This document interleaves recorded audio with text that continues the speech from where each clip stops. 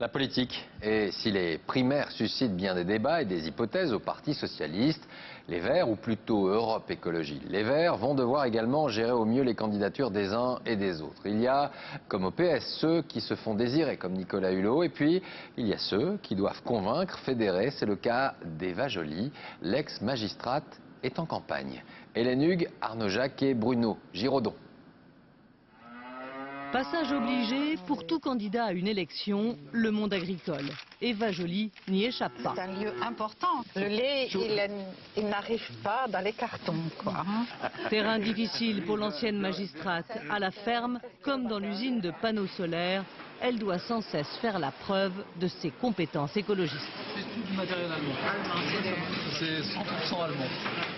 Je me suis engagée à Europe Écologie avec enthousiasme, évidemment pour les causes écologiques. C'est pourtant la lutte contre la corruption qui a fait son succès. Son côté madame propre de la politique avait conquis les écolos.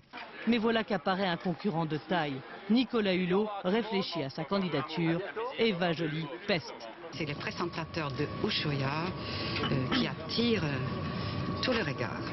L'écologiste préféré des Français serait-il un meilleur candidat qu'Eva Joly? Dans la famille écologiste, les avis sont partagés. Est-ce que Yannick Noah serait le meilleur candidat qui ferait des voix? Non. Donc ce palmarès des meilleures Françaises et des meilleurs Français ne veut rien dire. Elle est nouvelle dans l'écologie, elle est même un peu nouvelle dans la politique, quoi. Ça fait, disons, 2 ans, néophyte. Et donc, s'il y a plusieurs candidatures, on prendra plutôt quelqu'un qui s'y connaît très mieux, à la fois peut-être en politique, en écologie. Problème pour Nicolas Hulot, il n'est pas étiqueté à gauche. Son éventuelle candidature dérange, y compris dans les rangs socialistes. Après, il faut travailler, il faut s'engager, porter un pays, c'est pas comme porter une émission de télé. Eva Joly et Nicolas Hulot auraient conclu un pacte. Ils ne se présenteront pas l'un contre l'autre à la présidentielle. Pour les primaires écologistes, les jeux restent donc ouverts.